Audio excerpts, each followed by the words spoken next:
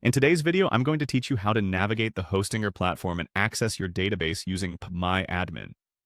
This is a crucial skill for managing your website's backend efficiently, especially when you need to make changes directly to your database. So, let's get started. First, you need to open your preferred web browser and go to the Hostinger homepage. This is where you'll log into your account and manage your website. Once you're on the Hostinger homepage, locate and click on the Websites tab from the dashboard. This navigational point is essential because it takes you directly to the area where you can manage all your sites hosted by Hostinger. Next, click on Dashboard to get an overview of your website's hosting details. This is where Hostinger displays your website's performance, and you have access to diverse management options. It's always good practice to familiarize yourself with this section as it holds valuable information about your site. Now, the next important step is to access the Databases option. This is crucial because all dynamic data related to your website is stored here. By clicking on Databases, you'll be directed to a place where you can manage, backup, and restore your database files. After accessing the Databases section, proceed by clicking on PMyAdmin. PMyAdmin is a powerful tool that helps you perform various database tasks without needing to know SQL commands. Once there, enter PMyAdmin by selecting Enter PMyAdmin. This will allow you to interact with your database in a more controlled environment, excellent for making direct changes when necessary. Inside PMyAdmin, locate and select the WP Users table.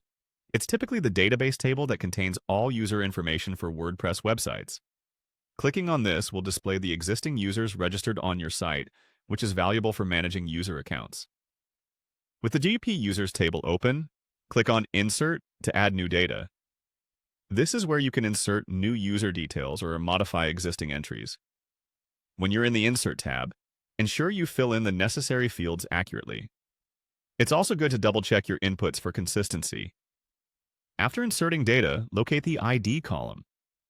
While IDs are automatically generated in many cases, it's wise to have an understanding of how your database tables are structured. This can be very useful when troubleshooting or performing database audits. Next, find and click on the User Login field. This column stores the usernames of registered users on your website. It's essential to manage this carefully to maintain website security and user access integrity.